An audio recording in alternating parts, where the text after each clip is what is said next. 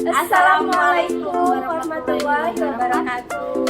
Hai guys, perkenalkan nama saya Musdalifah. Saya Taulia. Jadi kami perwakilan dari Athens Group. Jadi hari ini kita mau ngapain Kak? Kita mau ngejelasin perbedaan antara S20, S20 Plus dan S20 Ultra.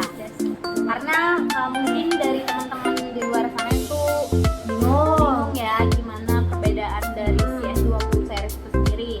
Nah di video kali ini kita akan memberikan bukan tutorial sih, kayak informasi perbedaan antara S20 series tadi. Mungkin agak lebih ringkas biar teman-teman juga nggak bingung.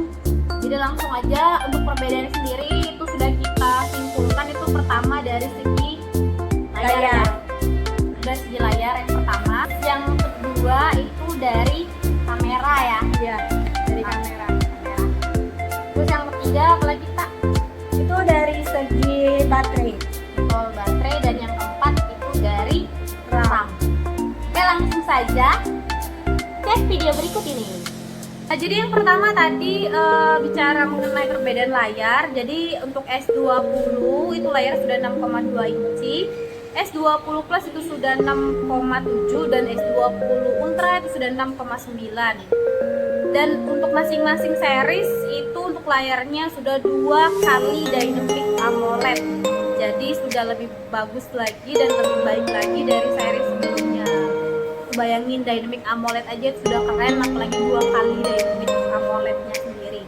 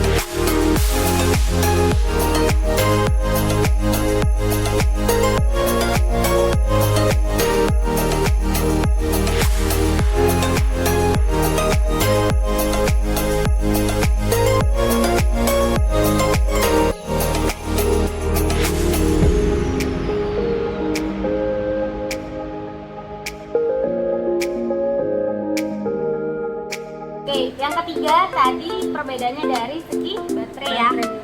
Nah, yang pertama untuk seri S20 itu baterainya 4000 mAh dengan pengisian daya super fast charging. Terus Untuk S20 Plus itu baterai 4500 mAh dan sudah disupport dengan super fast charging. Terus S20 Ultra itu baterainya 5000 mAh.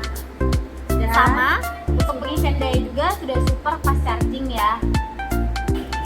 Nah, terus yang keempat itu dari segi RAM ya.